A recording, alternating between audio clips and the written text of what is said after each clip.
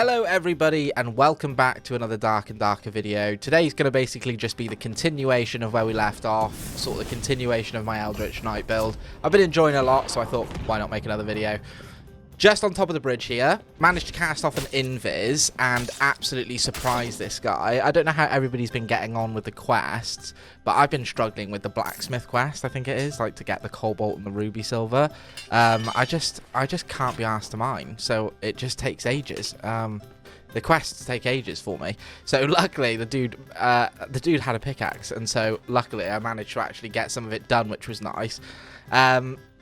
I think as well, with the invisibility, you know how it leaves an after image sort of behind it?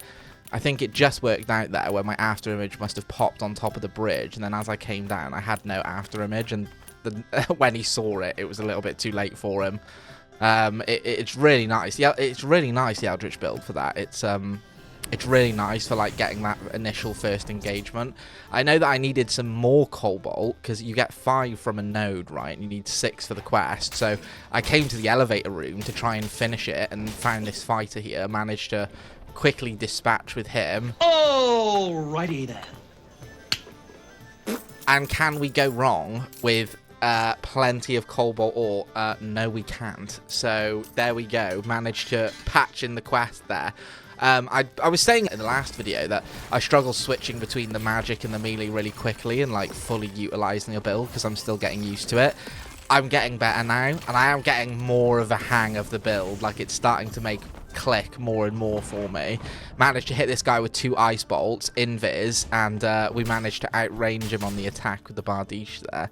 I don't think he really stood a chance, to be honest. There, it was done before it was over, before he even blinked. We got a little bit of a duos game here. Me and my friend were playing the other night. He is newer to the game, so he isn't aware of all like the mob placements and things like that. Always interesting, right, when you're playing with somebody newer. And bless him, he's going into the, as he's sort of like breaking the ice and going into this area, he's like, okay, yeah, we're gonna just go in, kill a few skulls, and then just doesn't even realize as he's trying to like rotate, he spawned 2 more. Now all the other skulls are coming after him, the back ones, the other ones on the line, they're all just charging him down. I'm trying to kill them as fast as I can for him. I'm like, I've got you, brother, I've got you, brother, don't worry, just don't panic right now. There's lots of pressure going on. He's freaking out, I'm freaking out. But luckily we managed to deal with it okay. I've been trying to practice my my longsword parries. I hear footsteps around the corner. I'm thinking, did I just hear footsteps? And before I could even think it was too late.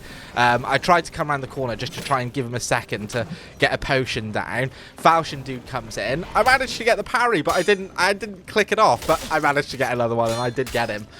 And also, what the hell is with this team and bullshit? Who's this third guy chilling with them? This teaming stuff happens all the time, man. Come on. I mean, what are you teaming for in a duos mode like that? What possibly could you have to gain out of it? I'm only playing normals. I do play high roller here and there, but since the GBMM, the gear-based matchmaking system, had come into place, I know that you need sort of, I say you need, but there is some sort of calculator that you can use, right, to get into a lower bracket but also try and have stronger gear, and I can't be asked to deal with like mathing all of that, so I'm like, do you know what, I'm just gonna play normals for now. I think they'll adjust the GBMM, so it's just gonna be normals for a bit. I will do high roller, maybe we'll do our own separate thing on it, but I just thought, do you know what, for now I'm just not going to worry about it. Normals, I'm getting into some good scraps. I'm learning the character more. So, fighting a ranger in this next one. The dude is right on me before I can really even react, and I'm just trying to get my buffs off. My initial idea is I'm going to haste an invis, run away, get as much distance as I can, but at the last second I changed my mind, double backed. So, we get 3 really clean hits on him there. I'm very unsure of how he didn't die there. 3 clean hits with a grey longsword with ignite. I guess that's like, what, 35 damage per swing? 30, 60, 90, 100. I mean, how much health does a ranger have? I feel like, I don't know, I feel like that should have killed him, but hey-ho, I guess not. Later, though, like literally 10 seconds later, he must have walked into his own trap, because I saw his name pop up on the death feed. One of my quests as well is to kill warlocks. Warlocks and wizards. I'm sure you guys are very aware of that one. Pain in the ass, those quests. So here is my opportunity to tick another warlock off the list. So obviously, as per, we buff up, we run around the corner. I did expect him to play a little bit more aggressively, but he did not. He's playing very defensively. I play quite aggressively, so I wasn't sort of I was expecting him to charge me down, but he's just round the corner. We invis, and because we've invis, he missed his bloody Curse of Pain, which is absolutely brilliant for us because he's not healing now at this point, you know. Otherwise, he would have got a tick off on us, and he'd be sitting there healing and Phantomize. 2 swings, easy peasy, no problem at all. Clear him up, on to the next one. So, coming up to our full game then, starting off standard, got our longsword in hand, ready to do some damage. Decide we're going to go up here and try and grab some of the loot. At this point, usually, when I don't know if you guys do the same, but when I'm playing normals, I don't tend to loot too much. I tend to more just, like, play quite aggressively, run at people, and steal loot off of them, and or I'll die and I'll just go again, you know, as it were. Don't ever really use the horseman axe. So I thought, do you know what? I might actually, do you know what? I'll give it a go. I'll give the horseman axe a go, because I never do. It gives me an additional spell mem as well. So I was thinking, oh, you know, maybe that'll let me actually be able to cast Ice Bolt, but unfortunately it did not. I think we're just 1 knowledge short at the moment of being able to cast it, which is no worries, that's fine. We've still got Zap at our disposal just in case anyway. So doing some looting, sticking around, I ended up running out of the room and doubling back, and this is where I sort of thought I had heard my first person, sort of first engagement, and I was trying to figure out what direction they're coming from. End up falling on the bloody spike traps down here like an absolute numpty. But no, hey ho, no big deal, it's fine. I just thought, cool, we'll jump down. I saw the guy and I thought he's going to get on the elevator, so I jumped on the elevator preemptively to try and get right on top of him. But the dude, for some reason, he backed out of going up the elevator at the last minute. I guess he was just trying to throw me off. He manages to get, you know, clip me there, and I give myself haste and invis, and I'm like, okay, let's see if we can charge the guy down. We're on half HP already, so second wind there as a precaution.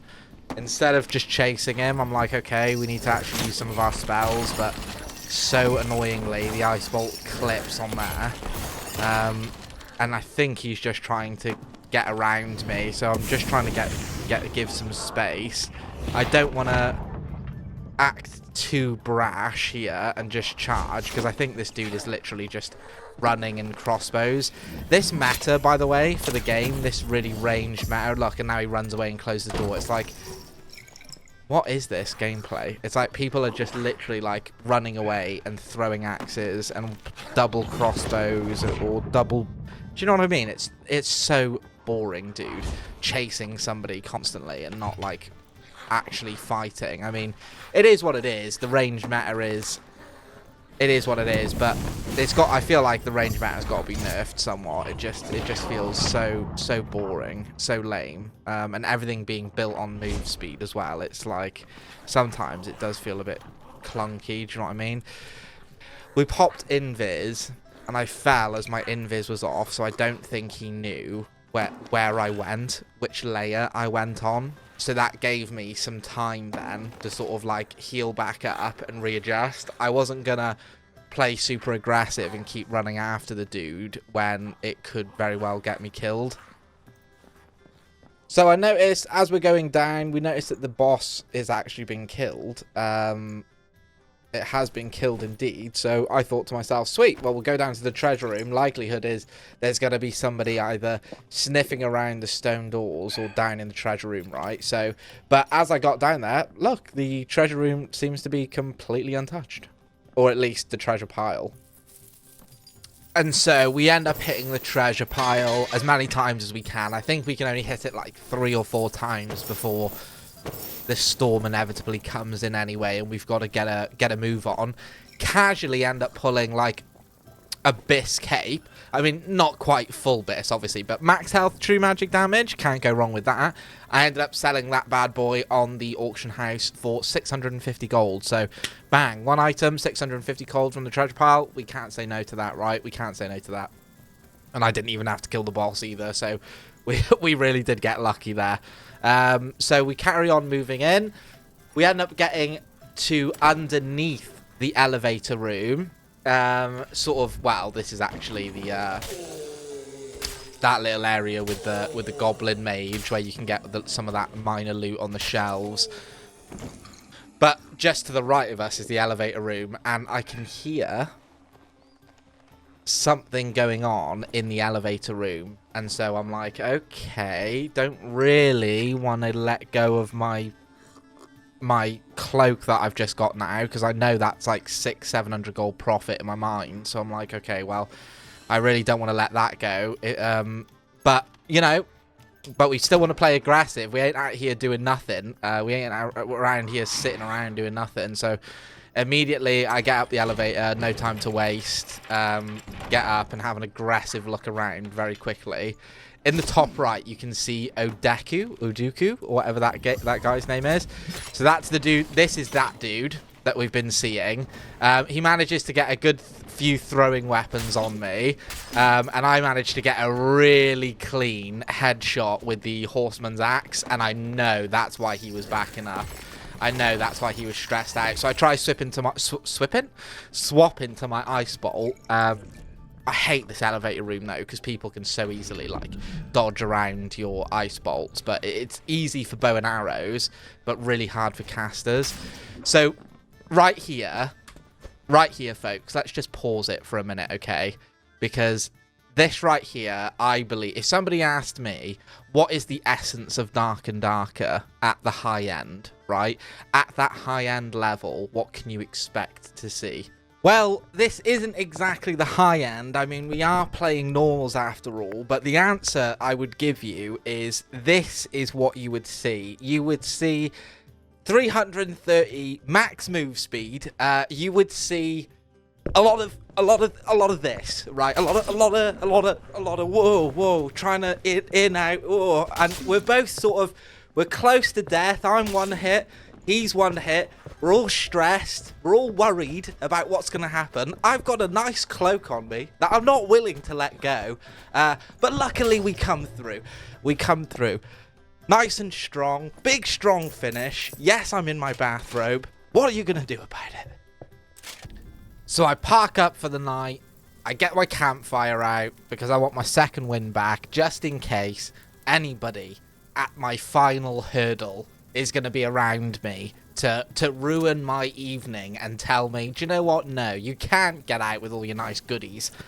So I just emergency campfire because I'm not wanting to risk it. You know, we've got enough treasure on us now where we're probably sitting at around 1,000 gold profit wise. So pretty happy with that. Exit has been taken, but as I turn the corner, wonderful. We've got a blue portal, and with that, guys, there is our extract. For everybody that wants to know the build, I'll very quickly go over it right now, so you know, and then we will conclude our video.